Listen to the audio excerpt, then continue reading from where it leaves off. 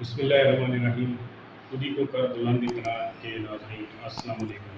ناظرین، آج ہم جو بات ڈسکس کرنے جا رہے ہیں وہ جیسے کہ 14 اگست آ رہا ہے اور ابھی ہم نے بڑی عید کا تہوار بھی منایا ہے. تو اس حوالے سے آج کا ہماری ڈسکشن ہے کہ ہم قومی تہوار، مذہبی تہوار یا مختلف اہم شخصیات کی یوم ولادت یا یوم وفات یا یوم شہادت جو مناتے ہیں، یہ کیسا ہے. مختلف لوگوں کی اس پر رائے ہوتی ہے. کچھ لوگ کہتے ہیں کہ یہ بالکل ٹھیک ہے، منانا چاہیے، اور کچھ لوگ یہ کہہ رہے ہوتے ہیں کہ یہ نہیں منانا چاہیے، یہ ایکسٹرا خرچہ ہے، یہ ہے وہ ہے. تو اس طرح بہت ساری عجیب بہت سارے ویوز آ رہے ہیں. تو اس پر جب میں نے ریسرچ کی تو جو چیز میں نے سمجھی تو میں آج کوشش کروں گا کہ وہ آپ کو بھی سمجھاؤں. تو اس حوالے سے جیسے ہی آپ کسی بچے سے پوچھتے ہیں کہ آپ بڑے ہو کر کیا بنو گے، تو وہ بچہ کہتا ہے کہ میں ڈاکٹر بنوں گا، میں انجینئر بنوں گا. اب مزید آپ اس سے پوچھتے ہیں کہ بھئی ڈاکٹر بن کے کیا کرو گے، انجینئر بن کے کیا کرو گے، تو وہ کہتا ہے کہ میں پیسے کماؤں گا. تو کیونکہ بچوں کو اسکول میں، کالج میں ڈاکٹر اور انجینئر کے حوالے سے ہی بتایا جاتا ہے تو وہ یہی رائے دیتے ہیں. لیکن ان کو یہ کبھی ہم نے یہ نہیں سنا کہ کوئی بچہ یہ کہے کہ میں بڑا ہو کر نشان حیدر بنوں گا. کسی نے یہ نہیں کہا کہ میں بڑا ہو کر استاد بنوں گا، ٹیچر بنوں گا اور قوم اور ملت کی مدد کروں گا. کسی نے یہ نہیں کہا کہ میں ایک سائنسدان بنوں گا اور نئی نئی ایجادات کروں گا. کسی نے یہ نہیں کہا کہ میں بڑا بزنس مین بنوں گا. تو جب بچوں کو ہم یہ سکھا رہے ہوتے ہیں کہ آپ نے بڑے ہو کے ڈاکٹر بننا ہے، انجینئر بننا ہے اور پیسے کمانے ہیں، تو ساتھ ہم یہ نہیں بتا رہے ہوتے کہ بھئی پیسے جائز کمانے ہیں یا ناجائز طریقے سے کمانے ہیں. تو بائی ہک اور کروک پیسے کمانے ہیں. یوں ہی یہ بچے بڑے ہوتے ہیں اور اپنا پریکٹیکل لائف میں جاتے ہیں تو وہ چاہے ڈاکٹر بنے، چاہے انجینئر بنے، چاہے وہ گورنمنٹ کے کسی بھی شعبے میں جاتے ہیں یا وہ سیاست میں جاتے ہیں. تو اب ان کا مقصد، کیونکہ بچپن سے ان کا مقصد یہ بنا ہوتا ہے کہ ہم نے پیسے کمانے ہیں، اور ساتھ ہی ان کا یہ بھی مقصد ہوتا ہے کہ جیسے بھی ہو ویسے کمانے ہیں، جس کی وجہ سے کرپشن جو ہے وہ بہت زیادہ بڑھ رہی ہے. تو اصل میں جس نتیجے پر میں پہنچا ہوں، یہ جو ہم مذہبی اور قومی تہوار مناتے ہیں اور اہم شخصیات کے یوم وفات اور یوم شہادت اور یوم ولادت مناتے ہیں، اصل میں ہمارا مقصد اس میں یہ ہوتا ہے کہ ان لوگوں کا جو نظریہ ہے، ان لوگوں کی جو سوچ ہے، وہ سوچ اور نظریہ ہم نے آنے والا جو نسل ہے اس میں منتقل کرنا ہوتا ہے. کیونکہ ہر 10-15 سال کے بعد ہماری جو نئی نسل ہوتی ہے وہ ہمارے مختلف شعبوں کی جو بات دوڑ ہوتی ہے وہ سنبھال رہی ہوتی ہے. اسی طرح سیاست میں وہ لوگ آ رہے ہوتے ہیں. تو انسان وہی کرتا ہے جو اس کا نظریہ ہوتا ہے. تو اصل میں یہ جتنے بھی ہم دن مناتے ہیں، تہوار مناتے ہیں، ان کا مقصد یہ ہوتا ہے کہ اس دن کا جو اصل میں نظریہ ہے وہ نظریہ اجاگر کیا جائے. تو اب میں آپ کو 3 ایگزامپل دوں گا. جیسے ابھی ہم نے ایک بڑی عید جو ہے منا کے ہٹے ہیں. تو اب وہاں پر ہم نے اس دن کا جو مقصد ہے، ہم اس مقصد کو بھول گئے ہیں. ہم نے یہ تو کہا ہے کہ ٹھیک ہے جی، وہ 2 بکرے کر رہا ہے تو میں 6 بکرے لے کے آ رہا ہوں، وہ اونٹ کر رہا ہے تو میں 2 اونٹ لے کے آ رہا ہوں. یعنی اب ہمارا وہاں پر مقصد، جو اصل مقصد تھا، وہ کوئی بھی نہیں سمجھتا. صرف ہم لوگ یہی سمجھتے ہیں کہ ہم نے جانور کو خریدا ہے اور اس کو قربانی کرنی ہے اور اس کا گوشت کھانا ہے، بس. اب اصل میں اس کا مقصد کیا ہے؟ یہ مقصد یہ ہے کہ اس میں جو 3 کریکٹرز ہیں، جیسے حضرت اسماعیل علیہ السلام ہیں، حضرت بی بی ہاجرہ علیہ السلام ہیں اور حضرت ابراہیم علیہ السلام ہیں، اور ان کی جو زندگی ہے اور ان کا جو زندگی میں نظریہ تھا، جیسے حضرت حاجرہ علیہ السلام کا نظریہ یہ تھا کہ آپ نے اللہ تعالیٰ کی رضا میں راضی ہوئی اور اپنے شوہر کی عزت کرتے ہوئے انہوں نے کہا ٹھیک ہے جو آپ کہتے ہیں مجھے منظور ہے۔ اور حضرت اسماعیل علیہ السلام نے اپنے والد صاحب کا احترام کرتے ہوئے، ان کی بات مانتے ہوئے انہوں نے اپنے آپ کو قربان کرنے کا کہہ دیا کہ ٹھیک ہے جی مجھے قربان کر دیں۔ اور حضرت ابراہیم علیہ السلام نے نہ صرف اپنی دولت اور نہ صرف اپنی جائیداد، نہ صرف اپنا وطن، بلکہ اپنی ساری اولاد کو بھی قربان کیا اللہ تعالیٰ کی مرضی کا۔ تو اصل میں یہ نظریہ یہ ہے، بڑی عید کا نظریہ یہ ہے کہ ہم نے اللہ تعالیٰ کی رضا میں راضی رہنا ہے، اور جو ان بڑی شخصیات نے ہمیں مقصد دیا ہے، جو نظریہ دیا ہے، اس نظریے کی ترویج کرنا اصل میں بڑی عید کا مقصد ہوتا ہے۔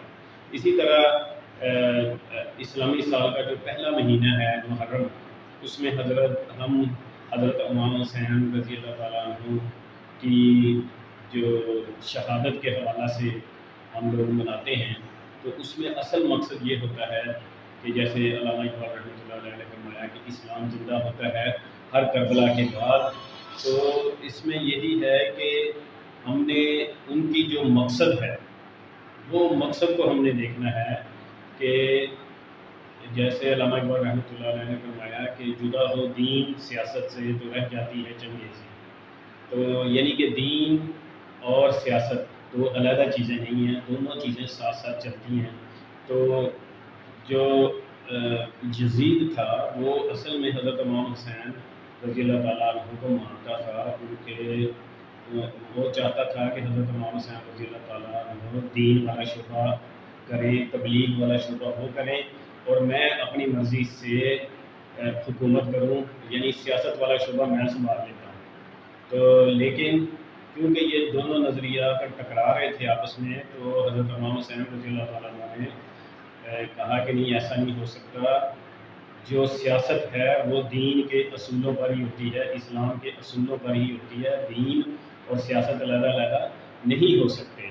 تو اس وجہ سے انہوں نے شہادت کا رتبہ حاصل کیا، اور ہمیں جو نظریہ دیا وہ یہ دیا کہ آنے رہتی دنیا تک جب بھی کبھی کوئی آدمی سیاست اور دین کو علیحدہ علیحدہ کرنے کی کوشش کرے اور اپنی فرعونیت کو دکھانے کی کوشش کرے، تو آپ نے حسین رضی اللہ تعالیٰ عنہ کا کردار ادا کرنا ہے۔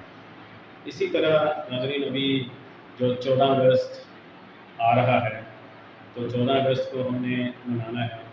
تو 14 اگست کا مقصد یہ نہیں ہے کہ ہم مطلب اس کو خوشی منائیں، یا مطلب خوشی منانا بھی اچھی چیز ہے، جھنڈیاں لگانا بھی اچھی چیز ہے، اور اپنے چھت پہ پاکستان کا حلالی پرچم لگانا وہ بھی بہت ضروری ہے، اور ساتھ ساتھ اصل میں اس کا مقصد سمجھنا بہت ضروری ہے، کیونکہ پاکستان کا جو نظریہ تھا وہ دو قومی نظریہ تھا، جس میں حضرت علامہ اقبال رحمۃ اللہ علیہ نے یہ ثابت کر دیا تھا کہ ہندو اور مسلمان دو علیحدہ علیحدہ قومیں ہیں، یہ دونوں قومیں اکٹھی نہیں رہ سکتی۔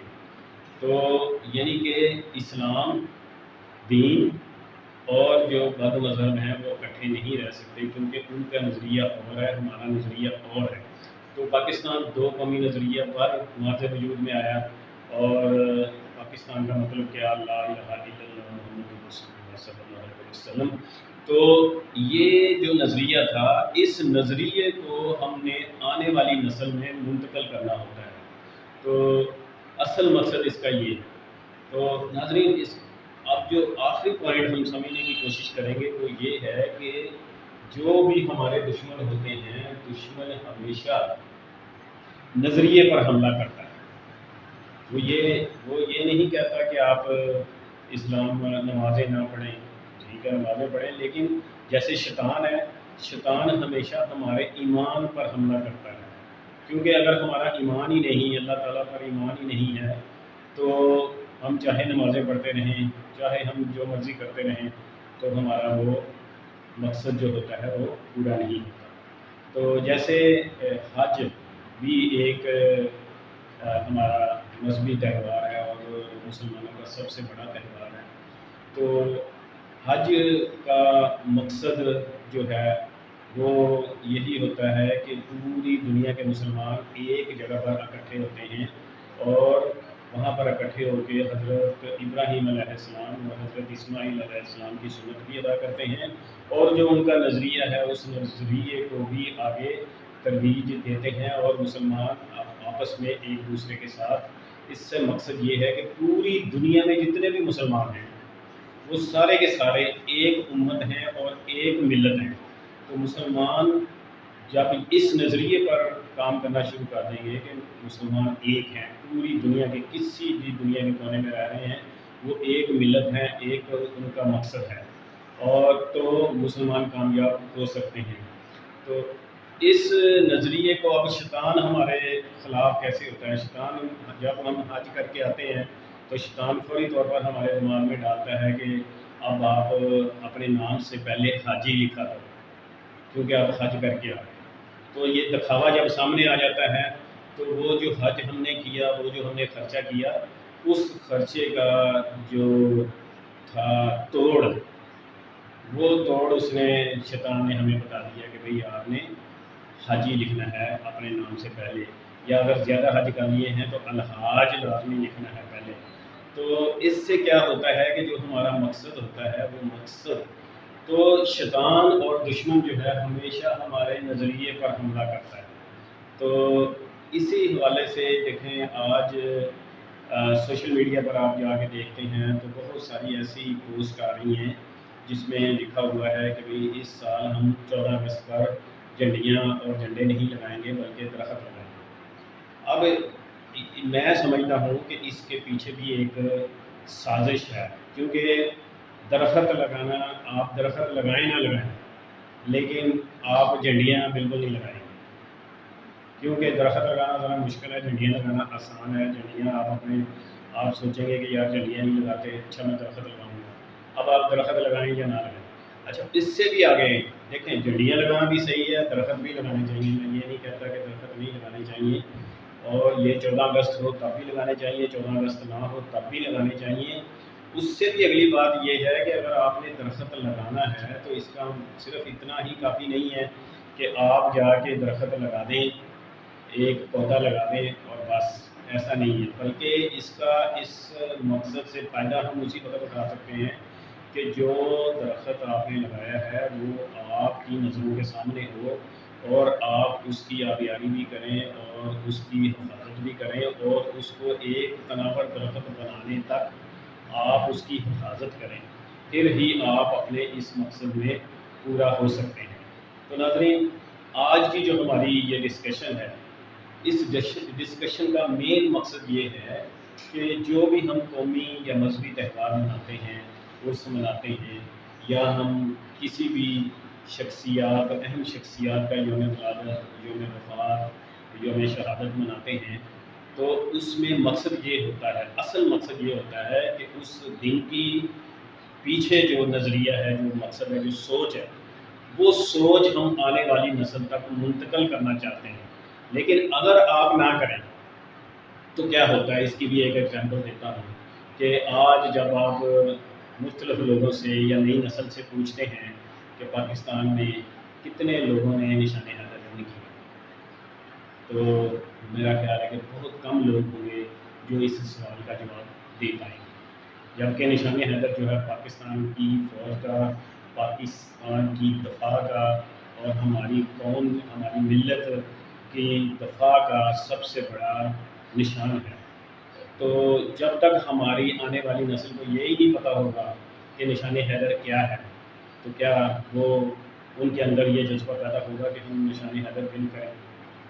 اسی طرح مطلب جب ہم لوگ کسی تہوار کو اور اس کے مقصد کو نہیں مناتے, جیسے آج کل دشمن جو ہے وہ چاہ رہا ہے کہ یہ جو دن منائے جاتے ہیں یہ نہ منائے جائیں, اور وہ مختلف بہانوں سے, مختلف ہیلوں سے ہمیں روکنے کی کوشش کرتے ہیں. تو ناظرین, اس پر آپ خیال کریں اور خود بھی اہتمام کریں ان مذہبی اور قومی تہوار کا منانے کا، اور ساتھ ساتھ آپ اپنی آنے والی نسل کو بھی اس کا پیغام دیں۔ امید ہے کہ آپ کو یہ ہماری آج کی ڈسکشن اچھی لگی ہوگی۔ Thank you.